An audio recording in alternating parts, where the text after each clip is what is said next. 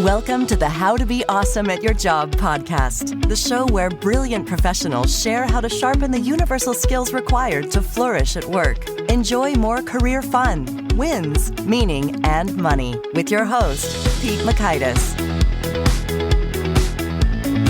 Hello, and thanks for joining us here for episode 527 with Chris Baréz-Brown. Chris has a wealth of insight when it comes to how to boost your energy and mental clarity. So you'll learn, one, the surprising root of our energy problems, two, the tiny change that massively boosts productivity, and three, a powerful way to lower stress and find clarity. So if you want to check out the show notes or the transcript or the links to apps we've referenced, it's on over at awesomeatyourjob.com/F527.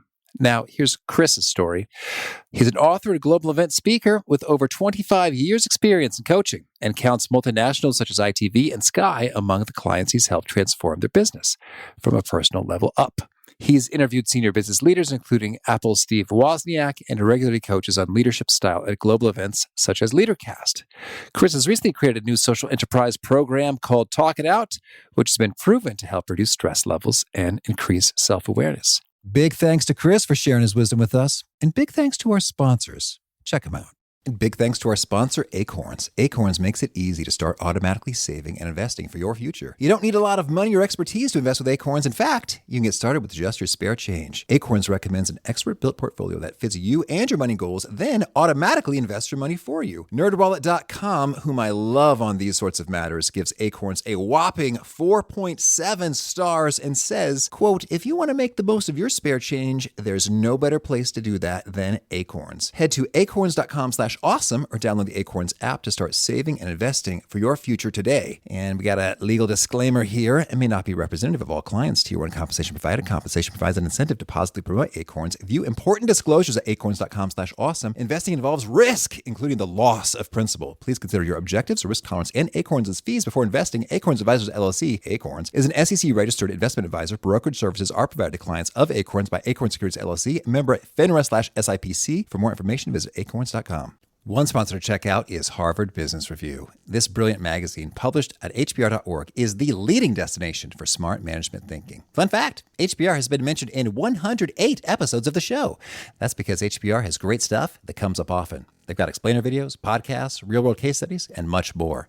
I think of HBR each night that I put on my special orange glasses. Their article, Will Blue Light Glasses Improve Your Sleep?, revealed that those who wore them reported better sleep and a 7% improvement in work performance as compared to those who wore the sham glasses. So I cite HBR anytime anyone tells me that I look silly wearing them. Now, much of HBR's content is available for free when you sign up at their site. Subscriptions that get you unlimited content cost $10 a month.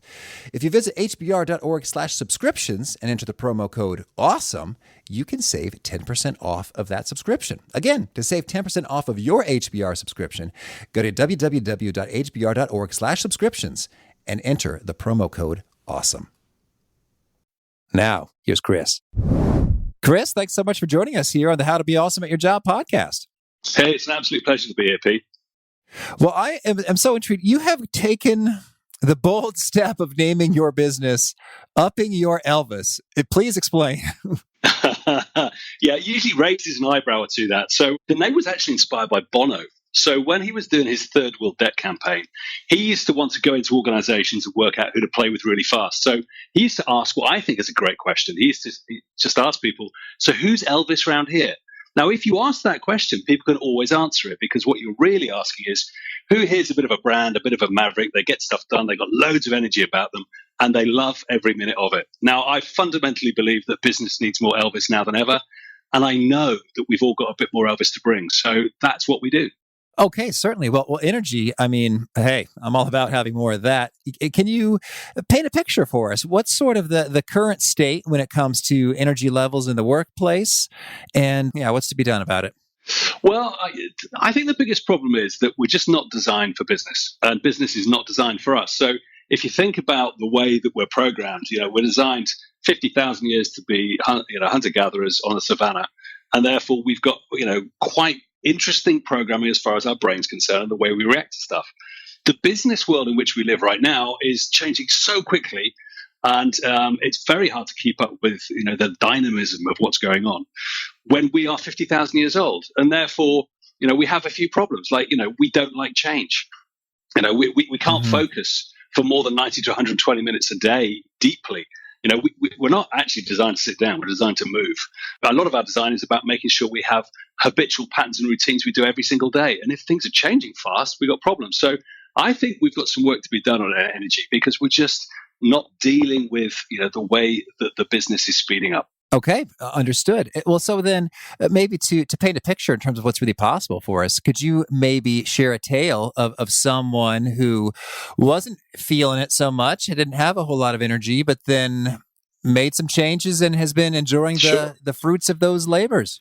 Yeah, so I was working in Basel last summer, and a guy came up to me and he said, "Chris, you've changed my life." And I'm like going, "That's a wonderful thing to hear, but can you give me some detail?" And basically, I hadn't seen him for 3 years. And when I was working with him, I shared how I manage my time. And he had basically taken the principle of that and applied it to his. And if he tells the story that basically he works in drug development, which is obviously quite a big job. It's very complex, lots of moving parts. But what he did was he just stepped back from it and realized that there's two main things that he does. The first thing that he does is he spends lots of time doing deep thinking, and it's all creative, it's analytical, it's looking at lots of data and working out what the answers are. And actually, it's quite cerebral stuff. The second thing that he does is he runs lots of teams internationally. Now, what he was doing before he met me was mixing those two functions up throughout the day. But actually, they need two quite different energies and quite different approaches. So what he now does is he walks the dog first thing in the morning, and I think this is a key thing for us all to do. Go outside, spend some time in nature thinking about what is your big thing you need to deliver that day. Because if you don't work that out when you wake, it ain't going to happen. So that's the first thing he does. Second thing he then does is he spends the morning at home doing that deep work. The thinking, the analysis, all of that great stuff. And then he goes into the office and he spends the rest of the day doing teams.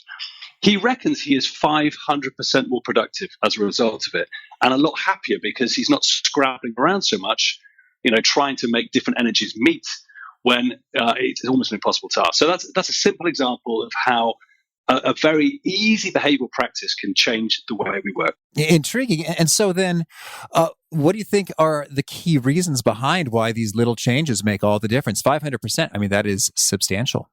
That is substantial. Well, it's all about really having greater awareness of what makes us tick and how we function. And actually, with awareness, there comes some very, very simple things, but we do them every day, all the time.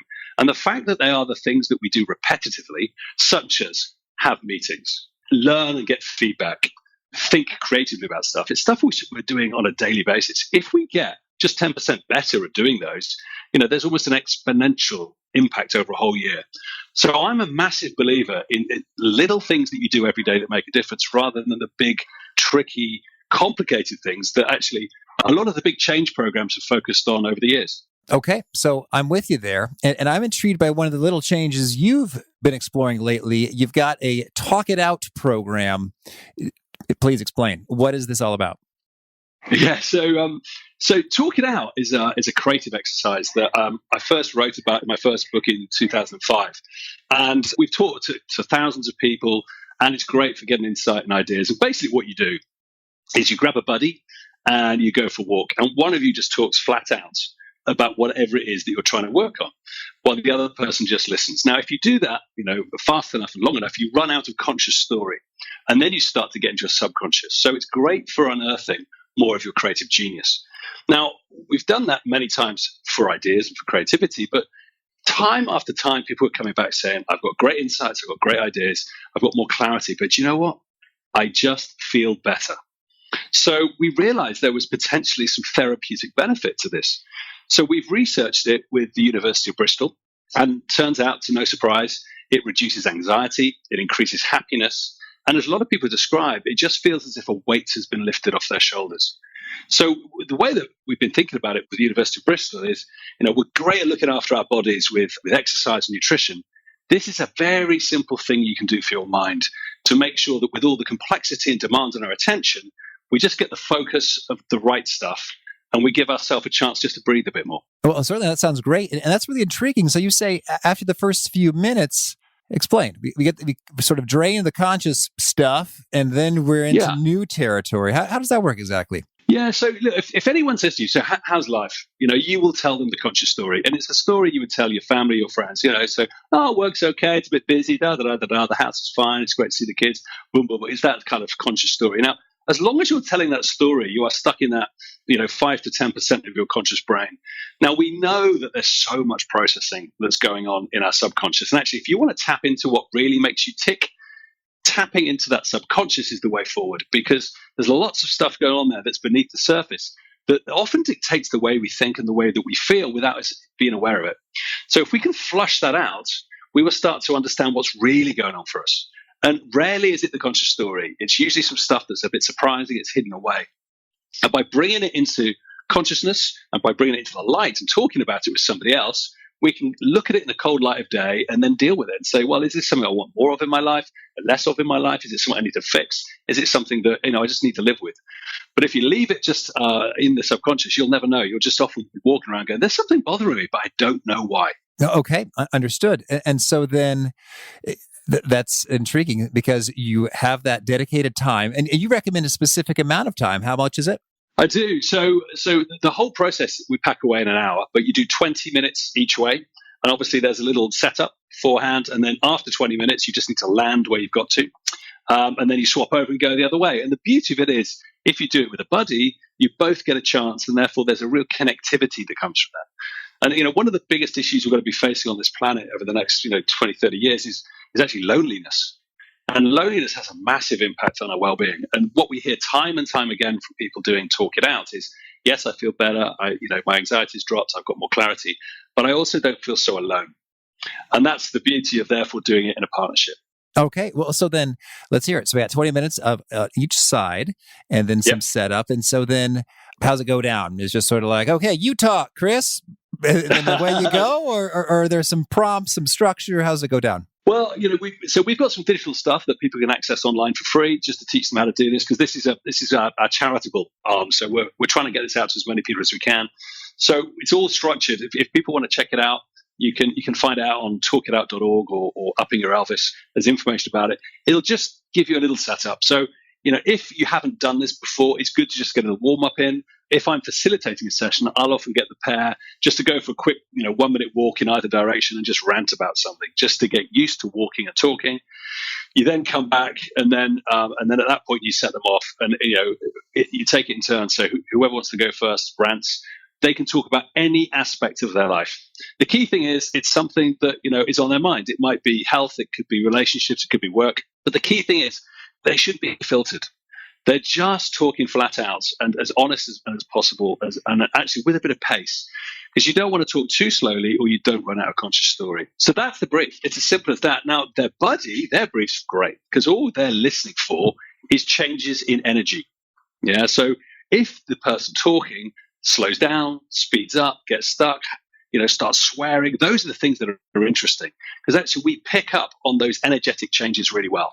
We're not listening to everything that's said, we're just looking for the energy changes. And those are the things that give us a clue that they said something interesting, because that's how the subconscious talks to us. So when you've stopped after 20 minutes, your buddy just goes, hey, here's a few things I noticed, and they just play it back. They're not advising you, they're not coaching you, they're not telling you what to do. They're just saying, look, I just thought these may be interesting. And then you have a chance to land it. And invariably, when people land it, they've definitely got more clarity. If you rant for 20 minutes about your life, you will get more clarity. A lot of people get some key insights into things that are holding them down and actually blocking their energy. And a lot of people come away just going, do you know what? I've got some actions from that. This is what I'm going to be doing differently from today, which I think is a pretty productive use of 20 minutes. And now when you say land it, what precisely do you mean there? Well, the challenge with doing any subconscious exercise, and actually the same could be said of dreaming. We often wake up in the morning, we've got this dream in our head and we go, wow, that was amazing. I have to tell my friends at work. We go to work and we can't remember anything. Because actually when you're in the subconscious, by definition, that's not part of your conscious activity. So what you need to do once you've gone through this rant is make it conscious. So you therefore need to listen to your buddy of what insights they've had from your rant, and then you've got a chance just to articulate where you've got to. So after just doing this exercise, what I've realized is this, or what I'd like to pay attention to is this. This is the headlines of my output, and actually by articulating that, it helps you access it, plumb it right into your memory, so you've got something you can work with into the future. So it's as simple as that. It's just a simple way to make sure you are using the insight that you've got. And so you say you could talk about anything, just so long it's something on your mind, and you are talking completely honestly. So then I guess I'm curious, have you started to notice some themes in terms of, because it's kind of unique, frankly, to have the opportunity to rant about something for 20 minutes without interruption. So I can see how there's a therapeutic benefit to that. So when people are handed this opportunity, what do you find are some key themes that get talked about and maybe are suggestive of we need more opportunity and environment to be able to discuss these things more frequently? Well, I mean, there are the classics that come out. So being overly busy and not really living life as much as people want to, not tapping into their passions. People still talk about work-life balance quite a lot. There's a fair amount of people who are looking for more meaning in their life, which is an ever-present one, and as it should be. Most people just tend to find there are certain elements in their life that need a bit of order. We have a lot of people that go, hey, I've got a problem with a relationship, and it's very top of mind, and they get straight into it and they find that works. Interestingly, a lot of people go and say, well, I'll just talk about life. They don't know what their issue is they want to crack, but the subconscious will help them get there. So, as they talk, it changes topic to topic to topic until they find the thing that's got some energy, and then they go deep. So it's interesting the way the brain works, right? It kind of finds the true blockages and the true things that hold us back if you let it off the lead long enough. Okay, understood. Well, so then I'm curious. So if we don't have, Chris and company facilitating these sessions, how do you recommend we get started enjoying some of these benefits on our own? Sure. Well, I would check out the digital support that we've got on the website. So Upping Your Elvis or talkingout.org. It's got everything there. It's got instruction videos. It's got a little step-by-step guide, but it's incredibly easy. I mean, there's lots of things I've taught in my life that needs, manuals and training and practice. This is not one of them. We are all brilliant at walking. And guess what? We can talk while we walk. In fact, most of us talk much better while we walk because we process kinesthetically. There was a great research study by Stanford that shows that when we walk at our natural gait, our creativity spikes by up to 60%, 60%. And that's because we are accessing our subconscious. So we'll often find when we're walking, we just get more clarity and more things come out. So there's not a great deal to it. The important thing is that, and this is the golden rule, whilst you're talking and your buddy's listening, your buddy just listens.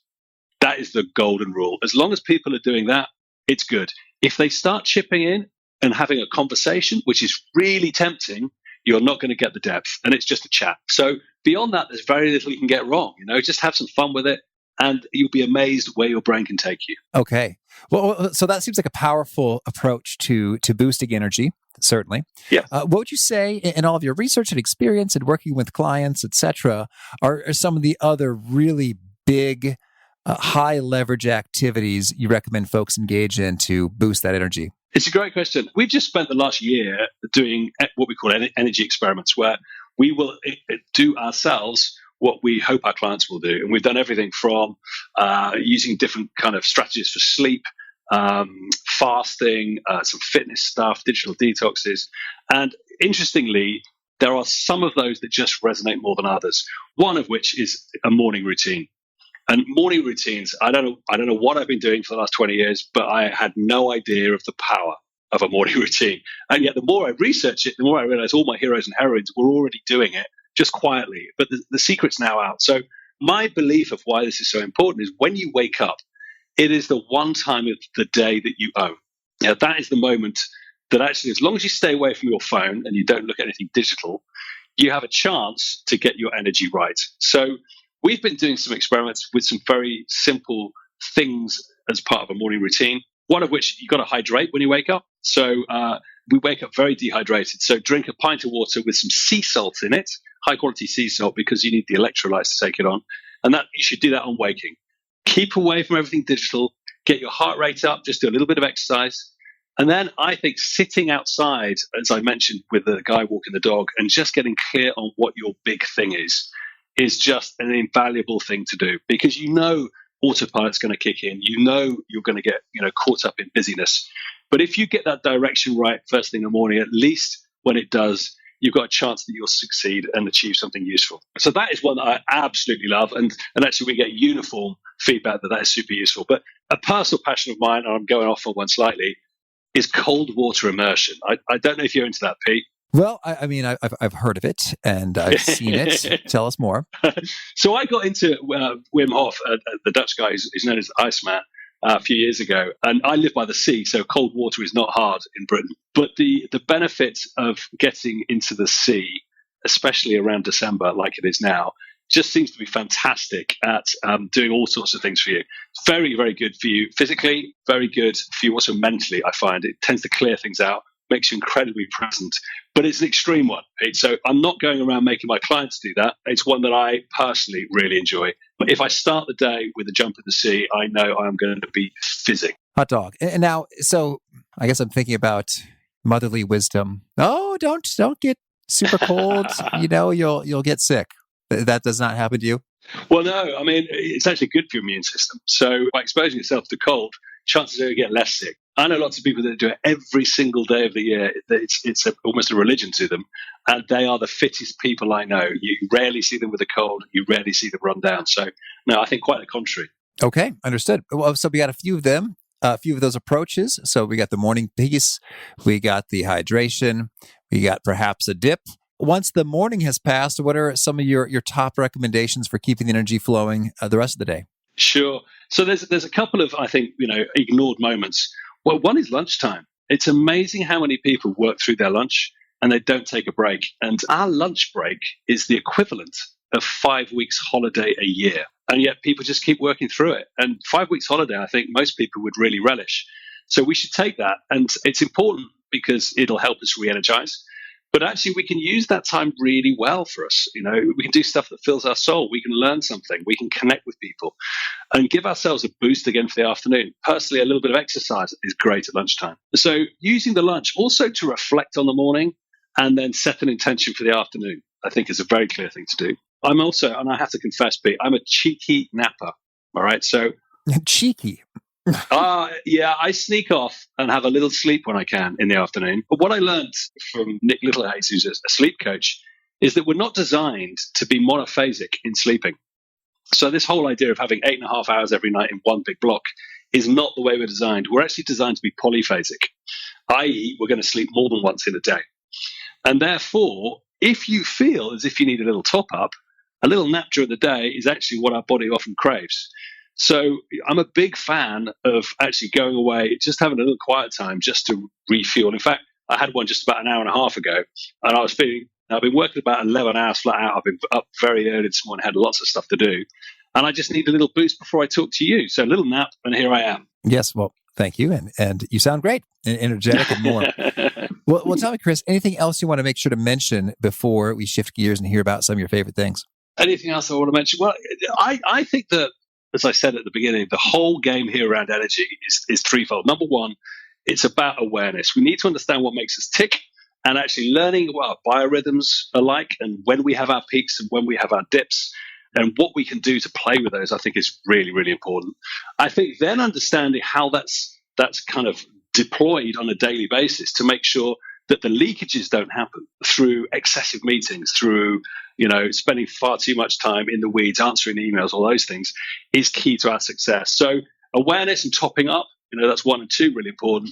But the deployment is the thing that I think makes all the difference because it's so easy these days to just wake up and be battered by demands. And learning how to manage things so you're working on your agenda is the key. All right. Well, now could you share with us a favorite quote, something you find inspiring? I suppose one of my favorites is, not everything that counts can be counted. Thank you. I like that one because in my business, I'm sure you come across the same thing. It's all about ROI. Everything's about the number. It's all about the money. And yet the stuff that makes people tick in organizations is the stuff that you can't count. It's about joy. It's about love. It's about the stuff that brings people to work to do extraordinary things that's nothing to do with their salary. And I find that in every walk of life, not just in work, but in homes and in life. And I think we need to remember sometimes not everything's about a spreadsheet. And how about a favorite study or experiment or bit of research? I have been reading, I presume you've read Lost Connections, the Johan Hari book. There's so many studies in there. And I know that the book is all about depression and anxiety and how you can find hope. But I just think it's like a manifesto for living. It's got so much stuff in there that basically can help us have an insight into how everyday work for us. And there was one piece of research in there that it pretty much slayed me. If you are intensely lonely, the impact on your body as far as cortisol and adrenaline is the equivalent or more than being hit in the face by a stranger. And when you hear facts like that and you start to think, well, what are we doing to help people get that connection? I think that takes me to quite profound places. And it makes me think that actually we need to do much better work on this planet and within organizations to get them to hook up on stuff with meaning. So that was one that certainly had a big impact on me. And how about a favorite tool, something you use to be awesome at your job? One of my favorite tools, and this isn't directly for my job, is my guitar. It's not that I go on stage and play it. That's certainly not what I would make everyone do. But I travel quite a lot. And what I find is that 20 minutes of playing my guitar in my hotel room is the best way for me to get my energy back. It takes me to a different place. It de-stresses me. There's a creative output. And therefore, it helps me get in the right place to do the work the next day. So I would say my favorite tool is my guitar. All right. And how about a favorite habit? I would say being outside with my dogs is my favorite habit. So I've been out with them a few times today. Each time I have gone out with a head full of stuff, each time I've come back with it nice and clear again. And walking in nature, playing with dogs who love you beyond your worth, and just remembering the simple things in life, I think is incredibly grounding. Okay. And is there a particular nugget you share that really seems to connect and resonate with folks? They quote it back to you often? I suppose the one thing that seems to connect with everybody that they sometimes forget is that a third of our days on this planet are work days. And if we're not loving every minute of it, it's a terrible waste of life. And I think sometimes people forget the joy and the playfulness of the work that they do, and it becomes way too serious. And often when people connect to that statistic, they go, oh, fair point. Am I making sure I'm properly living my life through my work? Or is it just a way of paying the bills? And if folks want to learn more or get in touch, where would you point them? Yeah, it comes to websites, uppingyourelvis.com or baréz-brown.com. Got all the information on there. And if anyone wants to play with us on Talk It Out and help us get it out into the world, we're doing it all for free. We just can't do it on our own. So any partners who want to play, we are here with open arms. And do you have a final challenge or call to action for folks seeking to be awesome at their jobs? I think the key thing is that when you get your energy right, which you do through morning routines and looking after yourself and clearing your diary and making sure you're working on the right stuff, I think it's then incumbent upon us all to be more kind. So my challenge would be, once a day, grab somebody in your life and just tell them what you love about them. And I think what you'll find if you do that, you'll get so many benefits. Number one, your relationship with that person will get better. Number two, it's karmic. So you will find that you'll get a little bit of love back, which we all need. Number three, what you'll start to find is that you'll program your selective attention to see just more good. And I think that's a great personal benefit. And you're doing that while making the world spin better. So find one person per day in your life. It could be a work colleague. It could be a family or friend. Tell them what you love about them, and your day will be that much more shiny. Chris, thank you for sharing the good word and good luck in all the ways you're upping your Elvis. It's a pleasure. Thanks for having me on, Pete. It's been a real joy. I've loved a lot of what Chris had to say, especially, it didn't seem like rocket science or like wildly different, and yet it's so powerful how a simple having a walk in conversation with someone and listening closely can do wonders for mental health. I think that says a lot about how little we have sort of empathy and great listening going on in our society, perhaps. But if you engage in this simple practice, you can see great gains. That's really cool. Also love the take on the nap. Fun fact, I have an inflatable camping mattress in my home office. It hangs on the wall on a nail, and then I bring it down and sleep on it for 10, 20, 30 minutes most afternoons, and it makes a world of difference. I'm a huge napper, I'm a big believer. So thanks to Chris for sharing the good word. And again, the show notes, the transcript, the links to items we've referenced are at awesomeatyourjob.com/ep527. And if you haven't already, I hope you'll push subscribe. You'll catch our next guest and that is Aaron Levy. He's back. He's got some good stuff to share about how to not suck at managing, specifically conversations around how to build psychological safety and more. I hope to catch you there. In peace. Thanks for listening. To get the most out of the show, we recommend 2 key things. First, check out the extra resources at awesomeatyourjob.com. You can find this episode's transcript and links, as well as the perfect episode for your situation. You can search the full-text transcripts of hundreds of episodes or explore episodes tagged by topic and competency covered. Second, subscribe to the podcast and get future episodes automatically. You can subscribe by telling Siri and several other smartphones and speakers, subscribe to the How to Be Awesome at Your Job podcast, or by tapping subscribe in your podcast player of choice. If you'd like some extra help figuring out podcasts and how subscriptions work, visit awesomeatyourjob.com/subscribe for guidance. Hope to catch you on the next episode of How to Be Awesome at Your Job.